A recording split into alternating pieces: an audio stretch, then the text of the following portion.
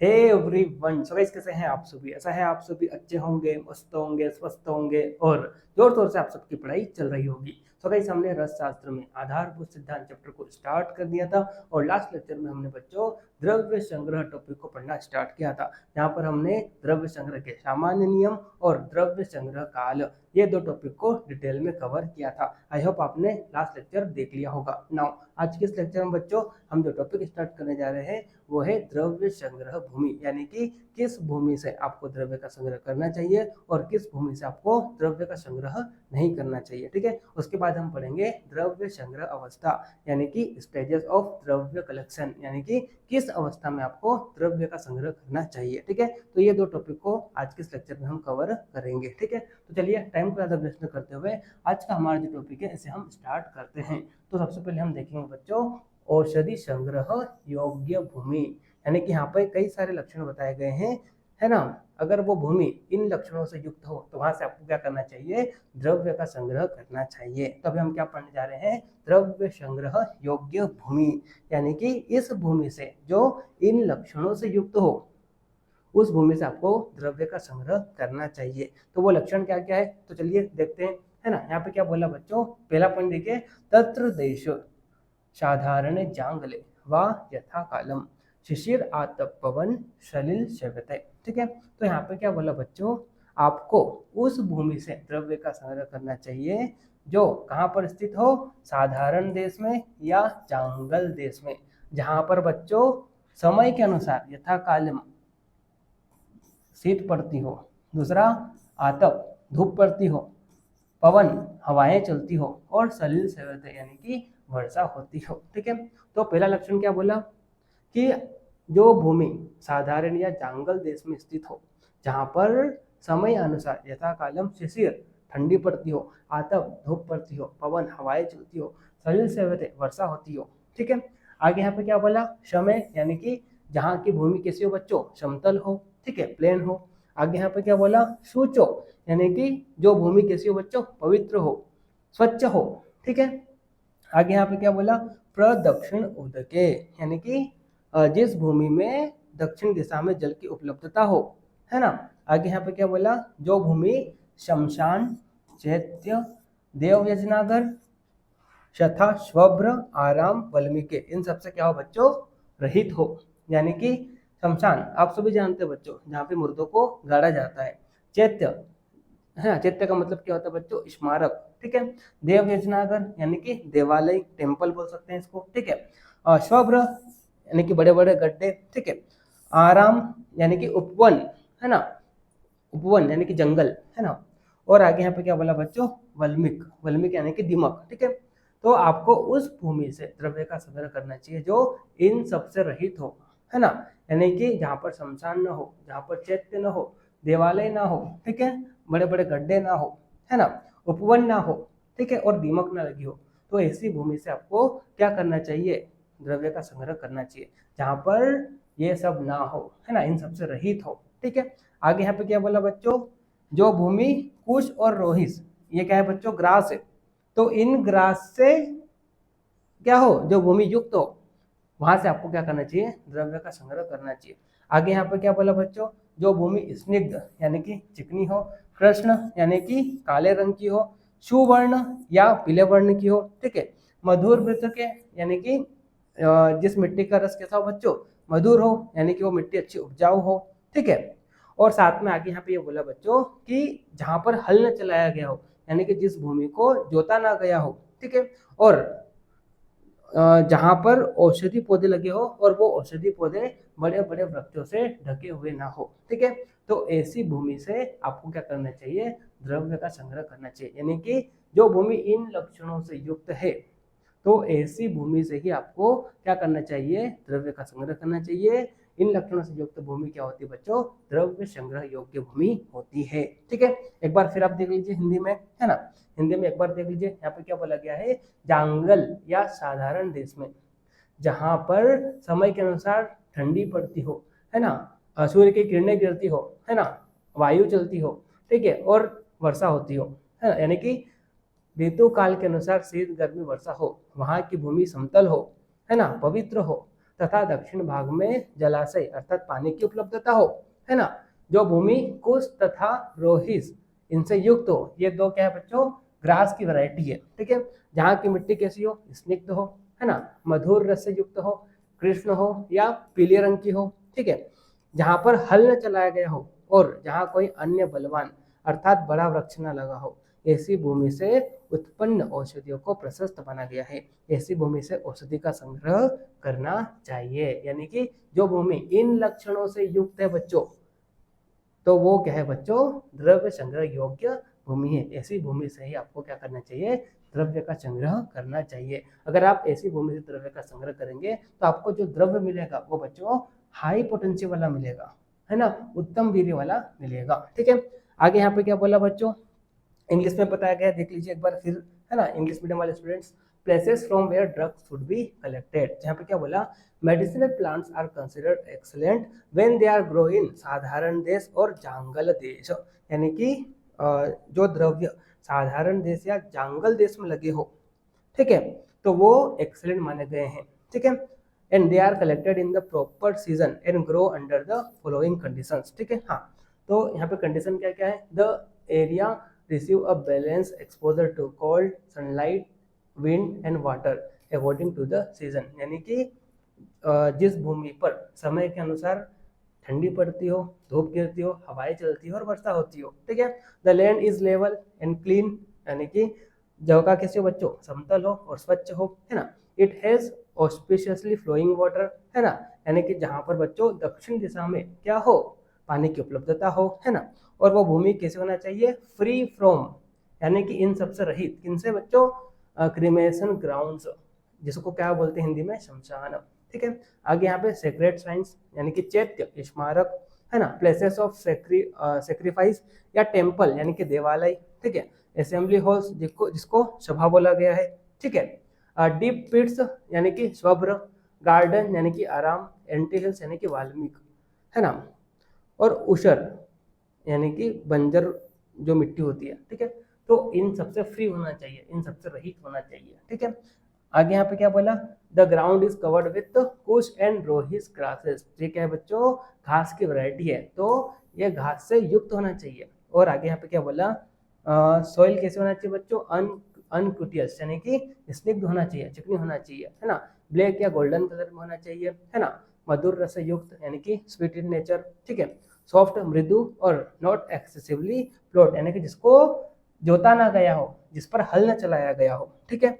और आगे यहाँ पे क्या बोला, the medicinal plant are healthy and not surrounded by या damage by larger stronger tree, यानी कि औषधि पौधे जो होते हैं वो बड़े बड़े वृक्षों से न गिरे हुए हो, ठीक है।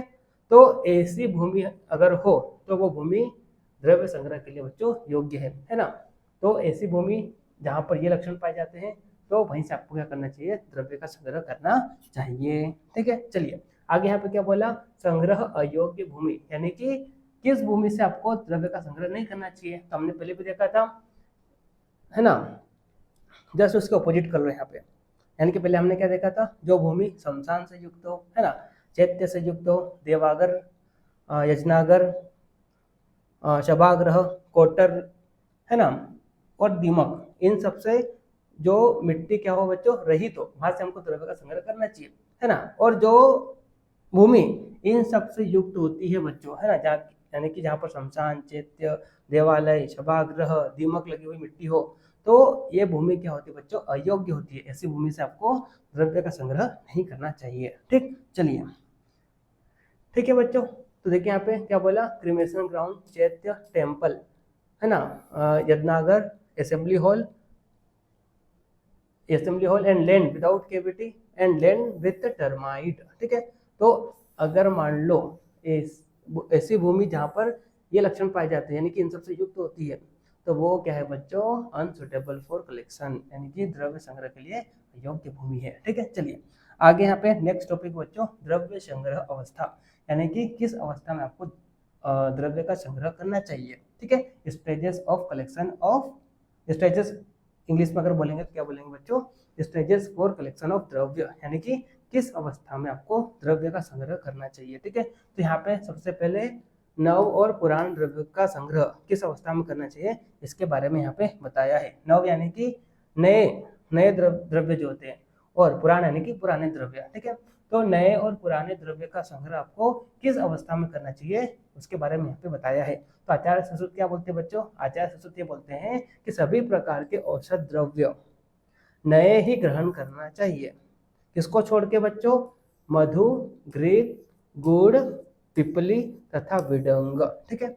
तो इनको छोड़कर बच्चों जितने भी द्रव्य है सभी को आपको नए यानी कि जब वो यंग होते हैं उसी अवस्था में आपको ग्रहण करना चाहिए, ठीक है। चलिए आगे यहाँ पे क्या बोला, सारंगधर ने ये जो ऊपर हमने देखा था ना, इन सबको छोड़कर, तो इन कैटेगरी में सारंगधर ने धान्य को भी ले लिया, यानी कि ग्रेन को भी ले लिया, है ना। यानी कि सारंगधर के अनुसार धान्य भी आपको पुराने ही ग्रहण करना चाहिए, ठीक है। तो सबसे पहले यहाँ पे क्या बोला आचार्य सुश्रुत ने, जितने भी द्रव्य है किनको छोड़कर, मधु, घृत, गुड़, पिपली, विडंग, इन सबको छोड़कर आपको द्रव्य नए ही ग्रहण करना चाहिए, ठीक है। आचार्य सारंगधर ने मधु, घृत, गुड़, पिपली, विडंग इन सब में धान्य को भी ऐड कर दिया, यानी कि धान्य भी आपको पुराना ही ग्रहण करना चाहिए, ठीक है। चलिए उसके बाद देखिए यहाँ पे आगे अलग अलग हिस्से का संग्रह, है ना। यानी कि कोई एक प्लांट है तो उसके अलग अलग पार्ट है, तो उन पार्ट्स को किस स्टेजेस में संग्रह करना चाहिए। जैसे कि अगर हम फल की बात करते बच्चों, है ना, तो जो फल रोग से युक्त हो, कृमि द्वारा खाया गया हो, पकने के बाद काफ़ी समय हो गया हो, और बिना मौसम का फल यानी कि बेमौसम जो लगा हुआ फल है, तो ऐसे फल का संग्रह आपको नहीं करना चाहिए, ठीक है। आगे यहाँ पे क्या बोला बच्चों, बिल्व फल को छोड़कर अन्य फल पके हुए गुणवत होते हैं, है ना। तो यहाँ पे ये बोला बच्चों कि बिल्व फल को अगर आप छोड़ दो तो बाकी जितने भी फल होते हैं वो पके हुए काफ़ी ज़्यादा गुणवत होते हैं। लेकिन अगर हम बिल्व की बात करते हैं तो ये कच्चा ही क्या होता है बच्चों, गुण से युक्त होता है। यानी कि बिल्व फल का आपको सेवन जब वो कच्चे अवस्था में होता है तब करना चाहिए, बाकी सबका आपको जब वो पक गए हो तब करना चाहिए। क्यों, क्योंकि बाकी फल जो होते हैं वो पके हुए गुणवत होते हैं, बिल्व फल जो होता है वो कच्ची अवस्था में ही अच्छा गुणकारी होता है, ठीक है। तो बिल्व फल को छोड़ दो तो बाकी जितने भी फल है उनको आपको पके हुए अवस्था में ही क्या करना चाहिए, सेवन करना चाहिए, ठीक है। अब नाउ आगे यहाँ पे बोला साग के बारे में, यानी कि वेजिटेबल्स, सब्जियां जो होती है ना। तो यहाँ पे क्या बोला, जो साग कर्कश यानी कि रफ हो, ठीक है, जीर्ण यानी कि काफी समय हो गई हो, है ना, काफी समय हो गया हो, ठीक है, कृमियों द्वारा खाई गई हो तथा दूषित भूमि में उत्पन्न हो एवं बिना समय के पैदा हो, यानी कि बेमौसम ही पैदा हो जाए, है ना। बेमौसम लगी हुई सब्जी आपने देखा होगा, अगर आप मार्केट में जाएंगे तो पालक मेथी आपको पूरे समय मिल जाएगी, 12 महीने मिल जाएगी, 12 मासी, ठीक है। लेकिन सबसे अच्छी गुण वाली पालक आपको ठंड में देखने को मिलती है ना। सबसे अच्छी गुण वाली मेथी आपको ठंड में देखने को मिलती है, ठीक है।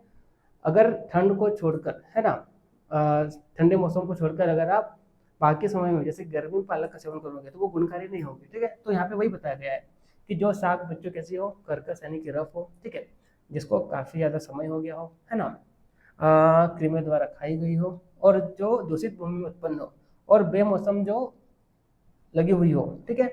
तो ऐसी साग का आपको संग्रह नहीं करना चाहिए, ग्रहण नहीं करना चाहिए, ठीक है। आगे यहाँ पे कंद के बारे में बता रहे हैं, है ना। कंद का मतलब क्या होता है बच्चों, इसको इंग्लिश में ट्यूबर बोलते हैं, ठीक है। और अगर हम कंद में कौन कौन से द्रव्य ले, अगर उनकी बात करें तो यहाँ पर आप किसको ले सकते हो बच्चों, एक तो शतावरी को ले सकते हो, है ना। इसके अलावा बच्चों आप सिंघाड़ा ले सकते हो, ठीक है। तो ऐसे जो द्रव्य होते हैं इनको क्या बोलते हैं बच्चों, कंद बोलते हैं, ठीक है।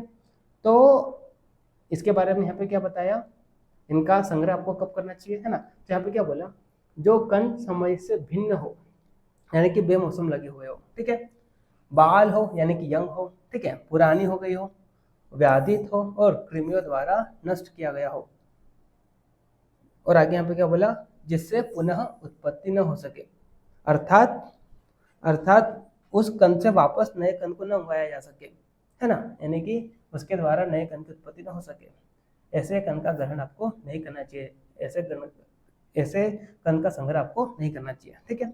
आगे यहाँ पे आचार्य सुश्रुत ने अपना एक मत दिया, उन्होंने ये बोला कि सामान्य रूप से इन जनरल अगर हम देखें बच्चों, तो जो द्रव्य विकृत गंध से युक्त न हो और जिसके मधुर आदि रस विकृत न हुए हो, तो ऐसे द्रव्य चाहे वो पुराने हो चाहे वो नए हो, उनका संग्रह कर लेना चाहिए। तो एक प्रकार से इन जनरल आचार्य सुश्रुत यहाँ पे ये बात बोल रहे हैं कि जिनमें क्या हो बच्चों, जिनका जो गंध है वो विकृत ना हुआ हो और जिस द्रव्य के रस जो होते हैं, है ना, टोटल मधुर आदि रस जो होते हैं वो विकृत ना हुए हो, तो ऐसे द्रव्य चाहे वो पुराने हो या नए हो, उनका आपको संग्रह कर लेना चाहिए। इन जनरल यहाँ पे इन्होंने बात की। ठीक, चलिए अब देखिए इंग्लिश में भी लिखा हुआ है ना, स्टेजेस ऑफ ड्रग कलेक्शन, है कि किस अवस्था में आपको ड्रग का संग्रह करना चाहिए, है ना।